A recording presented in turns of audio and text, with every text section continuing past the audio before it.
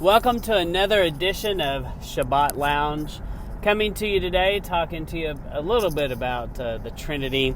And I have said before, I don't want to cause an argument and argue with people about the Trinity. But I will say this.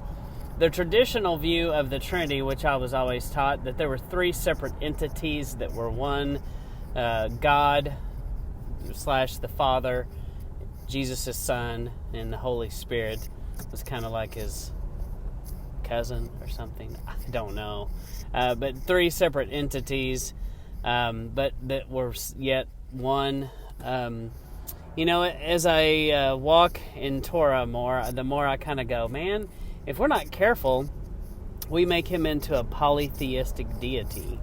And it's certainly not that. He is not polytheist. This is not, it is one. So when Yeshua comes to the earth, he is God in the flesh. He is the Father. And so it's one of those deals where I really think it comes down to, it's something we just can't understand right now in our two-dimensional, or I guess you could say three-dimensional world, in our limited brain, that's bound by time and space and physicality. It's just really beyond what we can understand.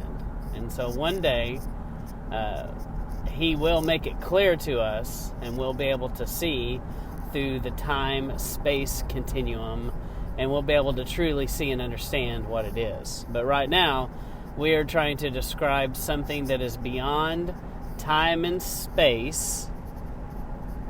And the best words to describe it are the Father, Son, and to kind of think about it that way. But I will say it's something to ponder, something to think about, something to consider.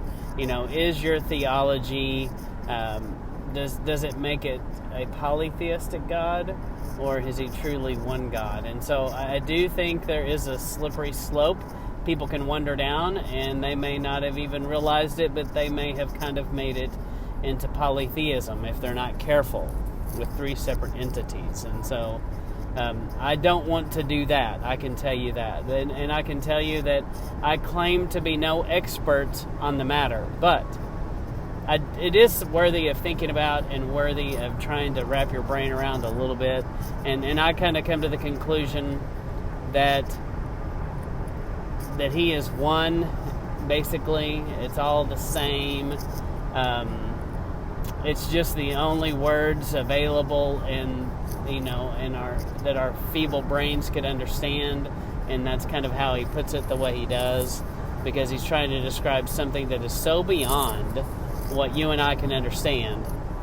And I think anybody that comes across and says they have it figured out, be careful of that person, because they don't. They think they do, and but all I know is the more I learn, the more I realize how much I don't know and how much I don't understand. I think he looks at us all the time as we're his cute kids playing in his sandbox.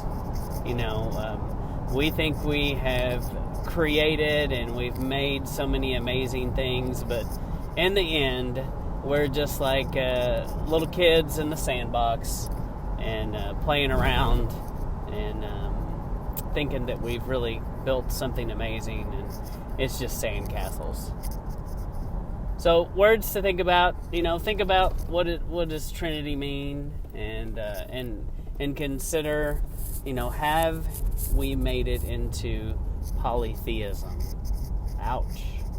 It's kind of a hard thing to think about. May not be something you want to think about, but something to consider. And once again, search the scriptures, be a Berean. Thanks for listening to Sabbath Lounge.